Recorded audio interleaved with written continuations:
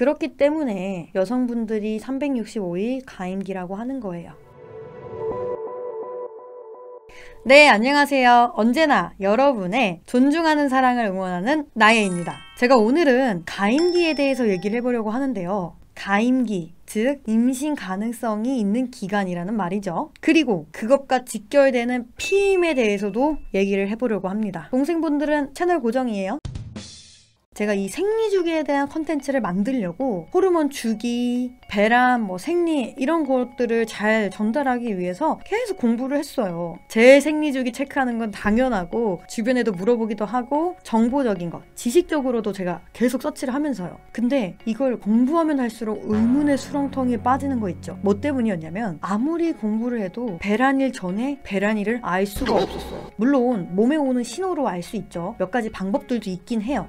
근데 생리처럼 딱 하고서 신호를 주는 게 아니라는 말이에요. 이 배란일과 주기를 알아야 저뿐만 아니라 많은 여성분들이 느끼는 콘돔을 해도 불안한 이 마음을 없앨 수 있지 않겠어요? 그런데 그거 아세요? 알면 알수록 배란일을 알 수가 없었어요. 대부분의 생리주기를 설명할 때 28일 주기를 기준으로 생리 시작일 전 14일이 배란일이라고 합니다. 그런데 저도 이거 학생 때 되게 많이 들었어요. 14일이 어쩌고 28일이 어쩌고 생리 시작일이 어쩌고 배란이 어쩌고. 근데 제가 아무리 그 교육을 받았어도 여전히 생리 시작일이 기준이야? 생리 끝나는 날이 기준이야? 성인이 되어서도 헷갈렸었거든요. 그러니 배란일에 대해서 명확하게 알 리가 없었죠. 말씀드렸던 것처럼 생리는 혈액이 나오기 때문에 바로 알 수가 있어요. 그렇지만 배란은 냉이 나오더라도 배란기라서 나오는 건지 아니면 몸의 어떤 컨디션 때문에 분비물이 많이 나오는 건지 아니면 생리 전 때문인 건지 알 수가 없거든요.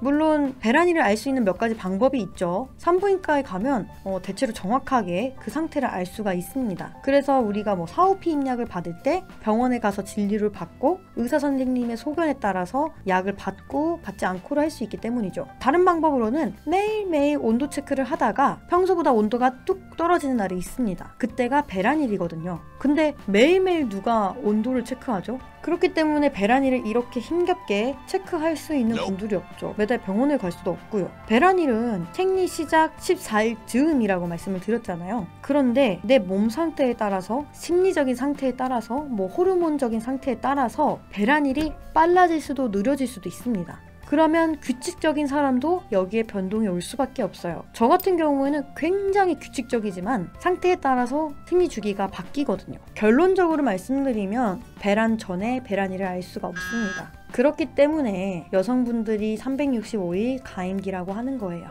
왜냐면 생리 중에 임신이 가능하거든요. 배란일이 생리 끝물과 겹치게 되면 우리가 우려했던 생리 중 임신이 발생하기도 하니까요. 생리 중에는 무조건 임신을 하지 않을 거다라는 생각이 있으시다면 노노노노노노. 저는 정말 건강한 그리고 활발한 성생활을 지향하고요. 아이를 출산하는 미래 또한 지향합니다. 그렇지만 계획하지 않은 임신에 대해서는 지양하는 사람 중 한 사람입니다.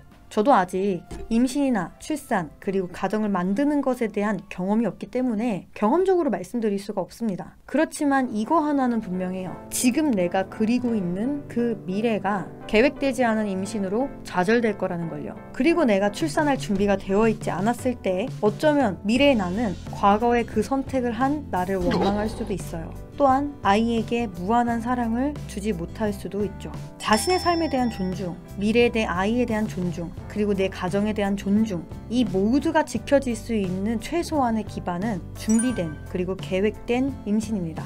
물론 강하고 그럼에도 불구하고를 뛰어넘는 분들이 있죠. 정말 존경합니다. 근데 그걸 감당할 자신이 없다. 어쩌면 출산 이후 내 미래를 생각해 보지도 않았다. 라면 항상 내 몸을 철저히 체크하시고 피임에 대해서 철저하게 준비하세요. 그리고 남성분들, 여성은 콘돔을 해도 불안해요. 콘돔이 불량이면 어떡합니까? 그 어렵다던 1%? 어쩌면 0.001%의 사람이 내가 되면 어떡해? 라는 생각이 들어요. 그러니까 왜 불안해하는지 이해해 주시고 왜 피임을 해야 되는지 이해해 주세요. 그냥 콘돔 하나 잘 챙기는 일이 아니에요.